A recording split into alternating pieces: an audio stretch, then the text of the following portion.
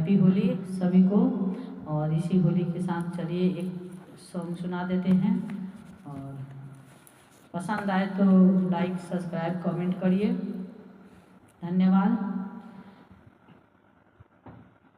आजू अवध में होली रे रसिया, आजू अवध में होली रे रसिया, होली रे हाजी होली रे रसिया, आजू अवध में होली रे रसिया, आजू अवध में होली रे रसिया।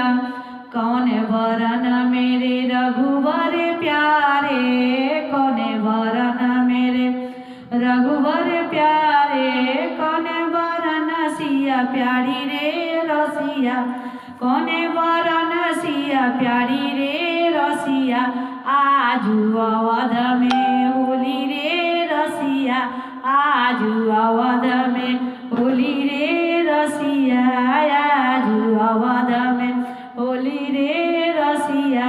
श्यामे वरन मेरे रघुवर प्यारे, श्यामे वरन मोरा रघुवर प्यारे, गोरे बदन सिया प्यारी रे रसिया, आजू अवध में होली रे रसिया, आजू अवध में होली रे रसिया, आजू अवध में होली रे रसिया।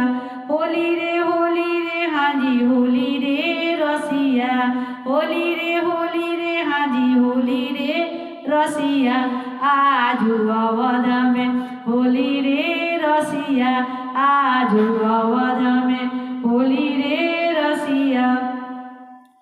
उड़त गुलाल लाल भाई बदेरा में, उड़त गुलाल लाल भाई बदेरा में, औधा की होली निराली रे रसिया, औधा की होली निराली रे रसिया, आजू अवध में होली रे रसिया, आजू अवध में होली रे रसिया।